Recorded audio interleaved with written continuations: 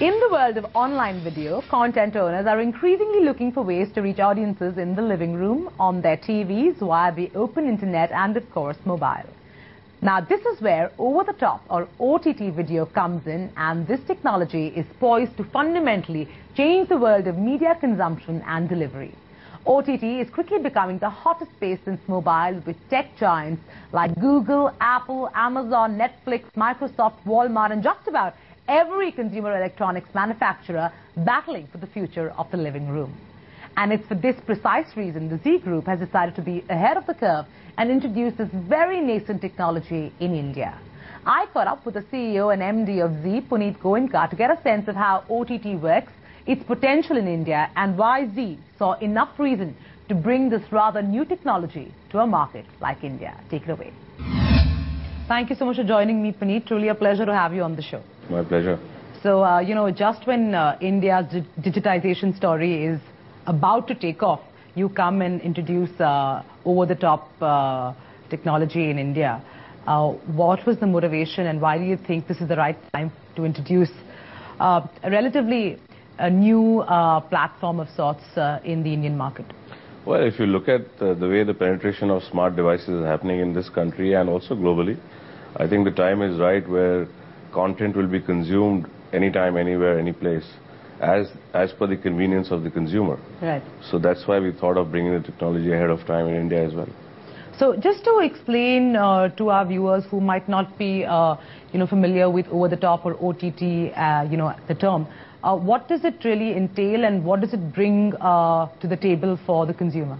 So what it does is basically activates any screen that's connected to the internet, and you can consume your premium content on the go wherever you want it.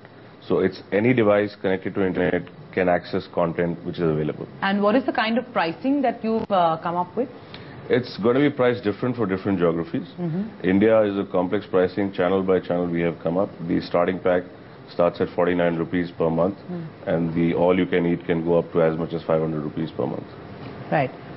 Considering India is a price-sensitive market, and the fact that today, even for our cable television that we consume, we're one of the, cheapest, in terms of sheer money.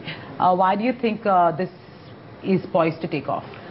See, India is a price-sensitive market as a whole, I agree with you, but given anybody that currently works on smart devices and things like that, for them, this pricing is not too aggressive. For them, consumption of content, even up to 500 rupees a month is not too expensive in our view. Therefore, once you're offering premium content, people will pay premium pricing for the sheer convenience that we give them. How attractive is this as, a revenue proposition? To start with, it's going to be small, but the future is this. So if we are not in it today, we will not be in it at the end. So you cannot be a follower in this technology. You have to be a leader. Therefore, we wanted to be the first. As far as content goes, as you rightly say, it's content. It's broadcaster agnostic. Just like any DTH platform or anything, we will be bringing all that content. We also have plans in place where we'll be producing content for this platform, which is going to be completely differentiated. We are launching currently India, UK, Australia, and UAE. Right. And hopefully in the next couple of quarters we should be in US as well. And what is the revenue model? I mean, this would obviously subscription, but what kind of advertising model will this platform look at? No, we are not going after advertising in this model as of now. Okay. Until we get a critical mass, we are going to focus purely on subscription model. So it's apart from the convenience of consuming where you go, it's going to be that premiumness that it's ad-free. So from that perspective, it's going to be that consumption pattern that we are giving to the consumer. So what kind of internal benchmarks have you set for yourself in terms of, number of subscribers, let's say within the next 1 year and then within the next 3 years, at least from the Indian market? Well, I can tell you that one benchmark we've set is that in 3 years, the new media function or the new media department of Z should be roughly about 10% of Z's total revenues. So all the very best, Puneet. Thank you very much.